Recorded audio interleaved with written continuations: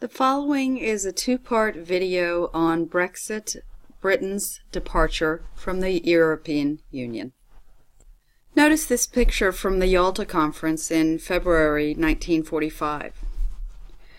You see Winston Churchill, Franklin Delano Roosevelt, and Stalin. Churchill was the only European leader present, and Britain would be one of the chief designers of post-war Europe. Churchill referred to the United States of Europe, but a Europe that would need to integrate further and grow larger. Hence the doctrine of three circles. In this, Churchill's idea here was to retain cooperation with Europe, the U.S., and former colonies, also called the Commonwealth, in order to maintain global significance. And this is an interesting backdrop to the referendum of 23 June 2016. Is Britain losing Europe in the 21st century? The three circles of British foreign policy. If we're to understand where we are today, it helps to know where we've come from. In the late 1940s, British foreign policy was characterized by the three circles. This model, popularized by Winston Churchill, defined Britain as a separate great power that had to remain situated in the intersection of these three circles, each of which represented a vital British interest. First, there was the U.S., and as Churchill said in his closing words to his cabinet in 1955, never allow yourselves to be separated from the Americans. Churchill's logic rested on the fact that Britain had worldwide interests. The U.S. was not only a liberal democracy, it was the only power that was willing and able to defend Britain's core interests. Any clash between the U.S. and Britain, as for instance in the Suez Crisis of 1956, was therefore foolish. Britain had more to lose than to win from it. The second circle was the British Empire, then undergoing its transformation into the Commonwealth.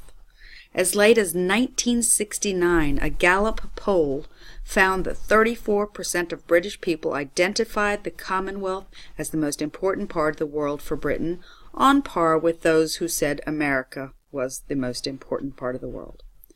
The reasons for this should be obvious. There were many ties. The Commonwealth was an important market for the British industry, and above all, the Commonwealth stood, at least in the minds of many, for Britain's contributions to liberal civilization and progress. The third circle, and notice this, the distinctly least important, was Europe.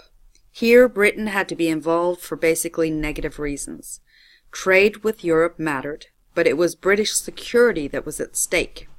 1914 and 1939 had showed that Britain could not afford to ignore the continent. In Churchill's vision, Britain's role was to be a cheerleader for Western European reconciliation and union, and, alongside the U.S., a provider of military backbone in opposition to the USSR. Anything more than that would pull Britain too deeply into Europe for it to keep its place in the other two circles. The age of Thatcherism as a key battleground regarding EU control. Margaret Thatcher wanted a larger market, not more power in Brussels. And there was this significant split in the Conservative Party. The EU and Britain were not a good fit. Britain wanted free trade. The free economy and the strong state opened the door for essential contradictions for Britons. Do we want to remove barriers for trade? Yes. Are we for consolidating supranational governance into one big EU? No. Do we want an EU with competencies beyond facilitating trade? No. The Maastricht Treaty, which created the European Union and the Euro in 1992, was therefore an unwanted dessert for Britain. David Cameron, who was Prime Minister from 2010 to 2016, is or was a reformist. He wanted a more efficient union that carried out key tasks. Am I skeptical about granting more powers to the EU? Yes. Am I skeptical that money in Europe is well spent? Yes. Do I think that Europe should be member states working together, and they can work together very effectively, as I have seen at this European Council, rather than a superstate? Yes. Does that qualify me to be a Eurosceptic? I've always thought that yes, that it does, but obviously a practical, sensible, and reasonable one at the same time.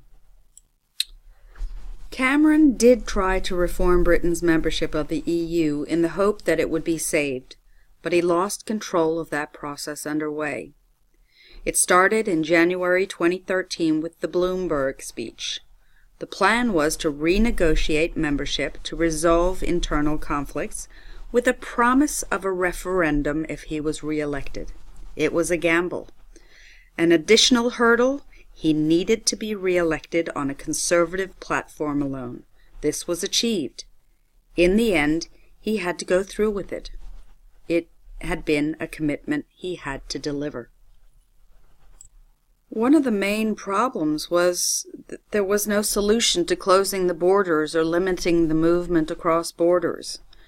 And there was this notion that people wanted immigrants to have to work a certain number of years in England before they could receive welfare. And furthermore, EU migration continued to rise, so this problem was not going away. And then there was definitely the problem or issue of sovereignty, this England ruling itself. One could say that Brexit was a long time coming, starting with these conflicts in the Thatcher era. But regardless, David Cameron felt confident. And if you look at this timeline of events, you could see some of the reasons why he felt confident. 1975, this referendum on continued membership of the EC. It was the first referendum. He won, or the party won. 2011, referendum on the voting system. First past the post. They decided to keep the first past the post system. This was another win, and in this instance, a Cameron win. And then 2014, this referendum on Scottish independence where the Scots decided to stay, again a Cameron win as he saw it. And then in 2015, in the general election, the Tories won the majority. So this was yet another win. So this referendum in 26, it was a loss, and it was a loss that was quite a shock as well. This is the end of the part 1 of the Brexit tutorial.